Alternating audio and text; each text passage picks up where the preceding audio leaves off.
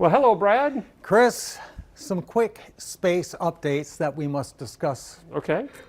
The first one that is coming up here in a moment will ring a bell, I do hope, if the computer cooperates. There we go. Ding. Oh, yes. Remember these two? Want to refresh our memories? Yes, they were stranded in space.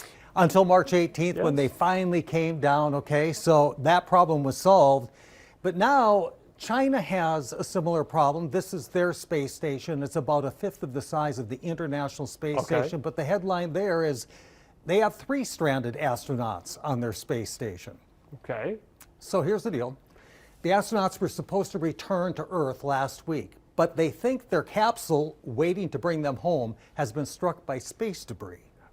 So Something we have talked about very often. now, coincidentally, also last week, another set of astronauts came up to relieve them. So there's actually 6 astronauts on their space station right now. But the problem, You said it was a fifth of the size of the... yes, Okay. it's a little cramped, but they can make do. But here's the big thing that nobody knows, because China isn't saying much about this potential problem. But I do see that China has cleared the airspace where the capsule should land for tomorrow. Okay. Now, does that mean the astronauts are coming down in the so-called damaged capsule, or is just the damaged capsule going to come down and they're going to send up Something else? Yeah, we Okay. don't know, but that may happen tomorrow. However, this raises an important question. I found this at space.com. Space rescue services needed? 2 stranded astronaut incidents are a massive wake-up call, experts say. I would agree. There should be Okay. some sort of a backup one, don't you think? you would think. Well, we'll wait and see on They're that. very expensive backups. However. They are. Remember this guy, Jared Yes. Isaacman? Okay, self-made tech billionaire, has gone to space 2 times, footed the bill himself to go up on SpaceX Dragon capsules. So you may remember I told you back in spring that President Trump had nominated him to be the administrator of NASA.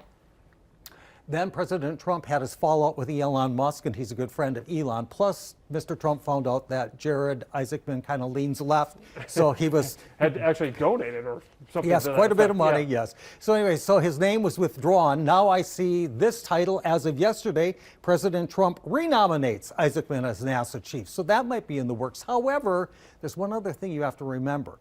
Because Sean Duffy, Transportation Secretary, has been acting NASA administrator, and Sean Duffy actually wants to roll NASA into the Department of Transportation and still remain the head of NASA. He's got a lot on his plate right now. He I'm does. sure- Yeah. He does. So we'll wait and see what happens there. Okay. So meanwhile, while we've been enjoying these beautiful northern lights, like Kyle out of Howard a couple of nights ago. So what was it? Tuesday night was the best. Last Right. night was so-so. Might even see some more tonight, but nothing like recent nights. Okay. But while we were enjoying the northern lights, the problem with those solar storms, satellites were impacted, some electrical grids, communication systems all impacted. And one other thing impacted, this Blue Origin New Glenn rocket was supposed to launch yesterday. They said, no way, these highly elevated solar storms, we're not going to launch it. However, I did see that it did launch this afternoon at about 3 p.m. our time, carrying NASA's latest Escapade mission, okay? We haven't talked about this one yet, but the bottom line is 2 satellites